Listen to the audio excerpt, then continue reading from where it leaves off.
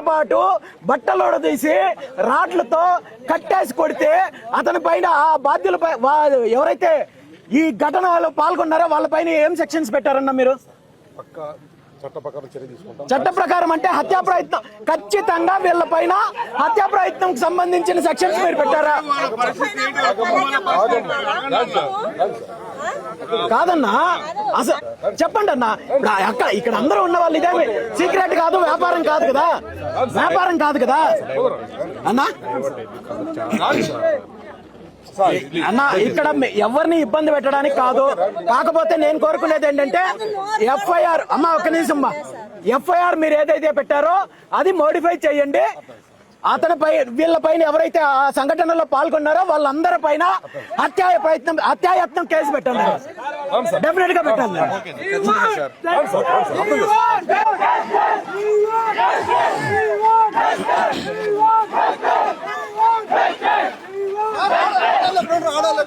అంటే కనీసం మీరు ఆడవాళ్ళు అయినా ముందుకు రావాలి కదమ్మా.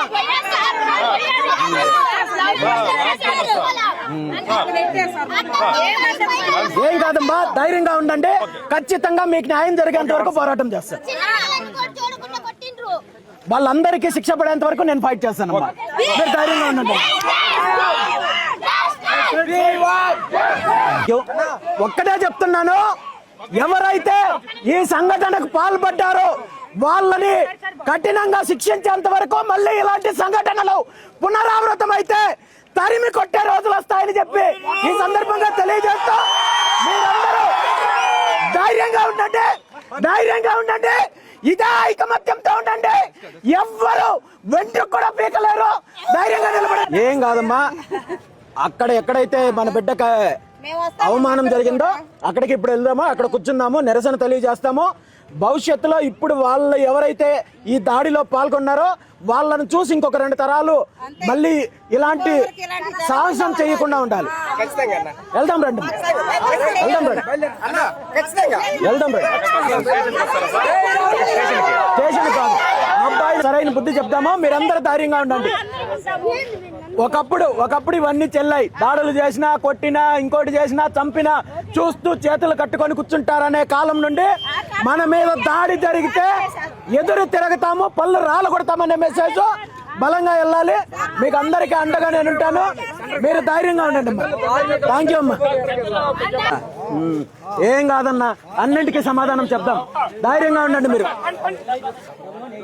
మనలో ఒక బిడ్డకి అన్యాయం జరిగింది అని తెలిసి మీరందరూ ఏకతాటి మీదగా ఈ రోజు ఇక్కడ నిలబడ్డారంటే ఈ రోజు మన సమాజంలో రావాల్సిన మొట్టమొదటి మార్పు, ఐకమత్యము ఈ రోజు ఇక్కడ కనబడుతోందని చెప్పి దానికి మీ అందరినీ అభినందిస్తున్నాను.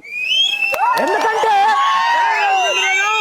మన మీద దాడులు చేస్తున్నా, మన మీద గొడవలకు వస్తున్నా, మన బిడ్డలు ప్రాణాలు తీస్తున్నా వీళ్లకు ఐకమత్యం ఉండదు, వీళ్ళు ఏమి చెయ్యలేరు అనే మదంతో, గర్వంతో ఈరోజు రాష్ట్రంలో మన బిడ్డల పైన, మన వర్గాల పైన అధికారం అండతో విచ్చలవిడిగా మనం ఏమైనా చేయొచ్చు, దాడులు చేయొచ్చు అని చెప్పి కండకావరం ఎత్తి ఇలాంటి దాడులు చేస్తుంటే వాటిని తిప్పి కొట్టాల్సిన అవసరం ఉంది, వాటికి సమాధానము చెప్పాల్సిన అవసరం ఉంది అనేది ఈరోజు మీ అందరూ ఐక్యంగా చేస్తున్న పోరాటము చెప్తోంది. ఈరోజు ఈ రాష్ట్రంలో బీసీలకు రక్షణ కల్పిస్తాము, మేము అధికారంలోకి వస్తే బీసీ రక్షణ చట్టం తీసుకొస్తామని చెప్పి హామీ ఇచ్చి అధికారంలోకి వచ్చిన ఈ 20 నెలల కాలంలో బీసీలకు రక్షణ చట్టం గురించి కనీసం పేరు కూడా మాట్లాడని ప్రభుత్వము, ముఖ్యమంత్రి చంద్రబాబు నాయుడు గారు ఈ రాష్ట్రంలో బీసీల పైన జరుగుతున్న దాడులకు, హత్యలకు సమాధానం చెప్పాల్సిన అవసరము, ఆ బాధ్యత ముఖ్యమంత్రి గారికి ఉంది. ముఖ్యంగా ఈరోజు ఈ గ్రామానికి సంబంధించిన బీసీ బిడ్డ మహర్షి అనే ఒక యువకుణ్ణి మీ పార్టీకి సంబంధించిన వాళ్ళు నిర్దాక్షిణ్యంగా రోడ్డులో జరిగిన ఒక చిన్న కారణం చూపించి గుడ్డలు ఊడదీసి రోడ్డు మీద బహిరంగంగా స్తంభానికి కట్టి 2-3 గంటల పాటు విచక్షణ రహితంగా కొట్టి ప్రాణం తీసే ప్రయత్నం చేశారంటే నిజంగా ఈ రాష్ట్రంలో శాంతి భద్రతలు ఉన్నాయా, ప్రభుత్వం ఉందా, ముఖ్యమంత్రి గారికి ఇలాంటివేవి కనబడడం లేదా అని చెప్పి ఈ సందర్భంగా నేను ప్రశ్నిస్తున్నాను. ఇదే దాడి, ఇదే తిరుగుబాటు మీ వర్గాల మీద, మీ అధికార పార్టీ మీద మా బీసీ బిడ్డలు తిరగబడితే మిమ్మల్ని తరిమి తరిమి రాష్ట్రం దాటి కొట్టే రోజులు వస్తాయని చెప్పి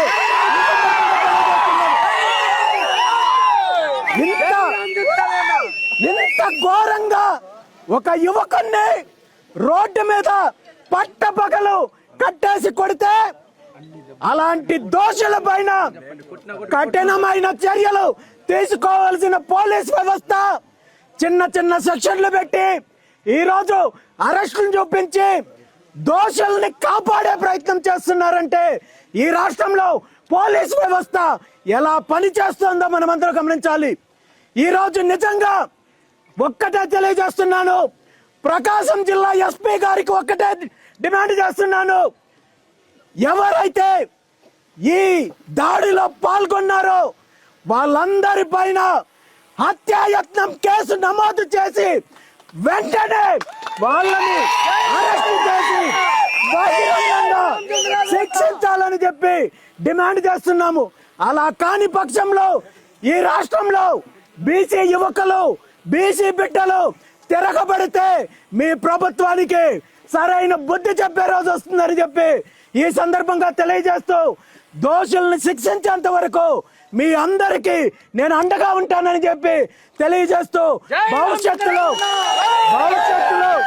ఇలాంటి సంఘటనలు జరగకుండా ఉండాలంటే ఖచ్చితంగా ప్రభుత్వము వీళ్ళ పైన కఠినమైన చర్యలు తీసుకోవాలని, అలా కానట్టయితే దీనికి పర్యవసానాలు తీవ్రంగా ఉంటాయని చెప్పి ఈ సందర్భంగా తెలియజేస్తూ ముఖ్యమంత్రి చంద్రబాబు నాయుడు గారికి మరొక్కసారి హెచ్చరిస్తున్నాను.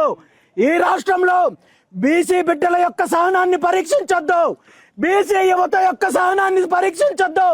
మేము అడ్డం తిరిగితే మీ యంత్రాంగము, మీ అధికారము ఈ రాష్ట్రం నుండి తరిమి కొట్టే రోజులు వస్తాయని చెప్పి ఈ సందర్భంగా తెలియజేస్తూ ఖచ్చితంగా బాధితుడికి న్యాయం జరిగేంత వరకు బీసీవై పార్టీ పోరాటం చేస్తుంది. దోషులకి శిక్ష పడేంత వరకు పోరాటం చేస్తుందని చెప్పి మీ అందరికీ మీ కుటుంబ సభ్యుడిగా నేను అండగా ఉంటానని చెప్పి తెలియజేస్తూ ఖచ్చితంగా ఈ పోరాటంలో మీకు అండగా ఉంటానని చెప్పి తెలియజేస్తూ మరొకసారి సెలవు తీసుకుంటున్నాను. Thank you very much.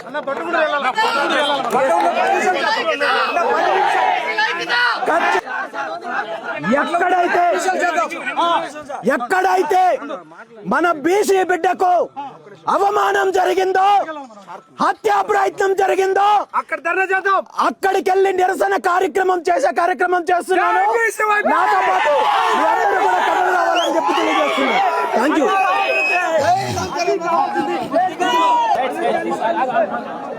వాళ్ళ నాన్న పక్కన కూర్చొని పెట్టి కొట్టారు. అంత అరాచకం. వాళ్ళ నాన్న కూడా వణుక్కుంటే భయపడి అందరూ ఫోన్ చేసుకున్నాడు. మీరు ఆగో మా ఆయనే చెప్పండి, ఒక్కరు చెప్పండి. అంత మాకు విషయం 5:30 టైంలో తెలిసింది సార్. మేము కోడిగుంపుల్లో ఉన్నాము. సొంత మా బాబాయ్ కొడుకు తమ్ముడు, మా బాబాయ్ అండి దగ్గరికి కూడా వెళ్ళలేకపోయాడు. ఎవరు వచ్చి అడిగినా అక్కడ అసలు ఎంత వాళ్ళు నరరూప రాక్షసుల వాళ్ళు, మామూలు మానవ జాతి అయితే కాదు వాళ్ళు. మాకు చాలా ఇబ్బంది అయిన పరిస్థితులు ఉన్నాయి అక్కడ. మనకు ఇమీడియట్ టైంలో అక్కడ పోలీసులు మనకు వచ్చి ఆ అబ్బాయిని కాపాడినారు. మళ్ళీ మేము ఆడ మనకు నిమ్మకాయలతో ఆటో ఉన్నది అక్కడ ఒక ఆయన కంసరాళ్ళ అబ్బాయి వచ్చి మొత్తం నిలువును కోసేసి చిల్లా చెదరు చేసేసారు. కాయలన్నీ ఆటోను కొట్టేసాను. అక్కడ పోయి ఎస్ఐకి చెప్పుకున్నాం పామూరు వెళ్ళి.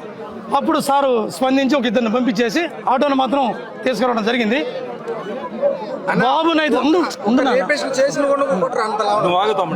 మా అబ్బాయి దొంగతనం చేయలేదు, మానభంగాలు చేయలేదు, ఖాళీ ఆటో మాత్రం తగలడం జరిగింది మనుషులకి. వాళ్ళు నిజమైన వాళ్ళు కానీ కొట్టుంటే మాకు అభ్యంతరం ఉండేది కాదు. ఆడ ఒక్కరన్నా కనీసం 7 గ్రామాల పంచాయతీ అది ఒక్క మనిషి అన్న వచ్చి ఇది తప్పు అన్న వాళ్ళు లేరు అక్కడ. నిజంగా నరరూప రాక్షసుల వాళ్ళు. పోయిన వాళ్ళని కూడా కొట్టారు, పోయిన వాళ్ళని కూడా కొట్టేవాళ్ళు. బాబుని దాదాపు 2 గంటల సేపు తగిలినోడికి ఏమైనా దెబ్బ తగిలినాయా? తగిలి ఉన్నాయి, మామూలు దెబ్బలు, వాళ్ళకేం లేవు. మామూలు దెబ్బలు తగిలి సార్ వాళ్ళకి. అతను బుల్లెట్ బండి తగిలి కింద పడి చిన్నగా ఇక్కడ కాట్ అయింది, టిచ్చెస్ పడ్డాయి, అంతవరకే. అసలు ఆ పర్సన్ వాళ్ళ వ్యక్తులు అతన్ని తిట్టారు, పంపించేశారు. మిగతా సంబంధం లేని విషయాలు అందరు కట్టేసి కేవలం సార్ అక్కడ వాళ్ళు కులాంకారంతో చేసిన పని అది. కామెంట్లు కూడా ఉన్నాయి. వీళ్ళు చిన్న కులస్తులు, వీళ్ళు ఏం చేయలేరు, సాకలాకుడు మమ్మల్ని ఏం చేస్తాడు, రాండి చూసుకుందామని కామెంట్లు కూడా ఉన్నాయి. బొట్లగుంటూరులో కావాలని మమ్మల్ని ఎవరు టచ్ చేయలేరు అని చెప్పి చూపినికి మనిషి కామెంట్లు కూడా ఉన్నాయి. కొట్టడం కోసం ఇదంతా చేసిర్రు. పక్కన ఉంటే మా కోసం మా మీద పోతే మా వాడంటే కొడుతుర్రు సార్. ఇన్ టైంలో పోలీసులు కూడా రియాక్షన్ తీసుకోవట్లేదు. పోలీసులు ఇన్ టైంలో మనకు రక్షించగలిగిన వాటిని బతికిండు, కానీ లేదంటే బాబు బతకడు. వాళ్ళు చంపేయాలనేది వాళ్ళ ఉద్దేశం.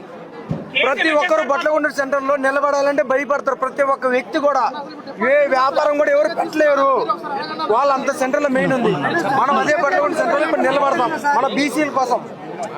సార్ ఆ తర్వాత ఎవరైతే ఈ దాడిలో పాల్గొన్నారో, ఎవరైతే కట్టేసి కొట్టారో వీళ్ళ పైన చర్యలు తీసుకోవాలి అన్న. వాళ్ళు జైల్లో ఉన్నారు. ఎంతమంది? 10 మంది. చాలా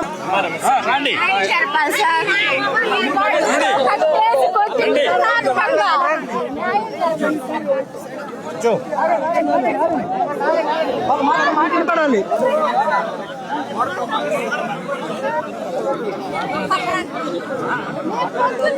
మైక్ పెట్టినట్లేదా?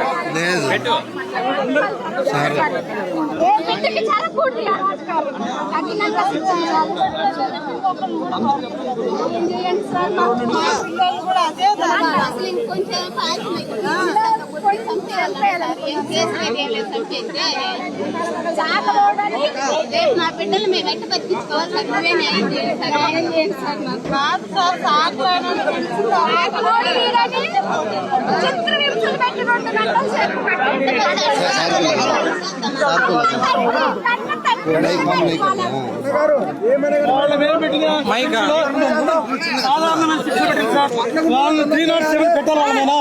సాకలోడు ఏం చేస్తాడు?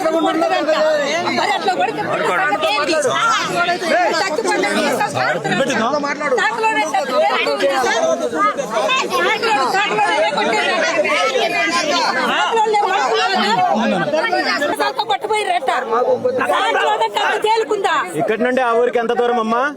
ఎంత దూరం? మీరు 10 నిమిషాలు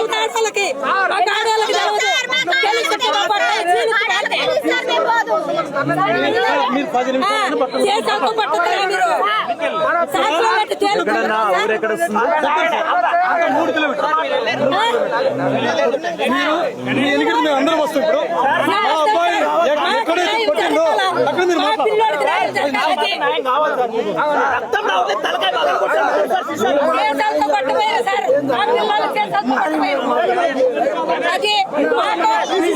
మాట్లాడాలకు తెలియదు సార్. మాట్లాడాలకు తెలుసు మేము పోదు.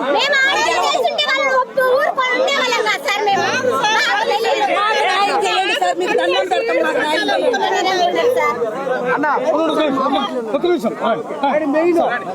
తమ్ముడు సార్ రమణయ్య రావణ మామని మెయిన్ క్యాండిడేట్. మాకు ఇది చేయండి సార్.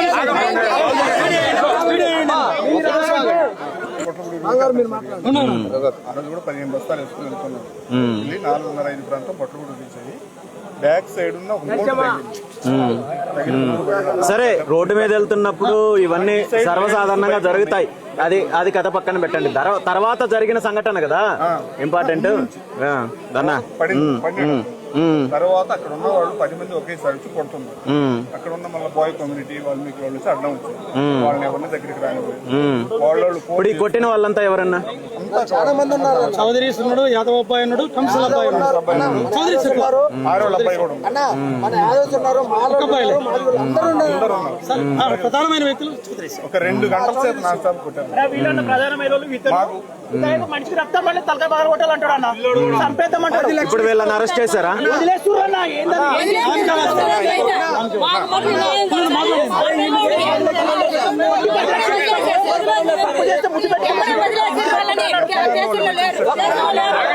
వాళ్ళ మాత్రం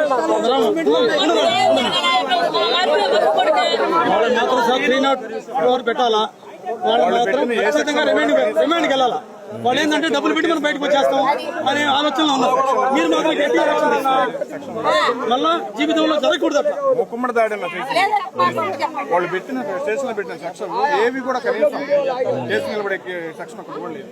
మేము అక్కడ ఉంటేనే వాళ్ళు ఉల్లాని ఫ్యామిలీ బాగున్నాం సార్, లొకేషన్ లో ఉండేది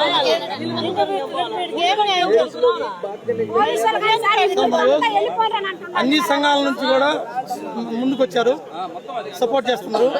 దయవుంచి మీరు కూడా ముందుకెళ్ళి ఈ విషయం తెలుసుకున్న తర్వాత స్టేషన్కి వెళ్దాం. పామూరు కూడా వెళ్దాం. మనం పామూరు వెళ్ళి మంచి సెక్షన్స్ గట్టిగా పెట్టి రెండోసారి ఇది మళ్ళీ ఇది పునరావృతం రాదు. పామరు చూసాను, నేను వీడియోలు చూశాను. ఒకసారి పామూరు సిఐ గారికి కాల్ చేయిస్తారా? బయటకు వస్తే మళ్ళా కూడా కొడతారంట.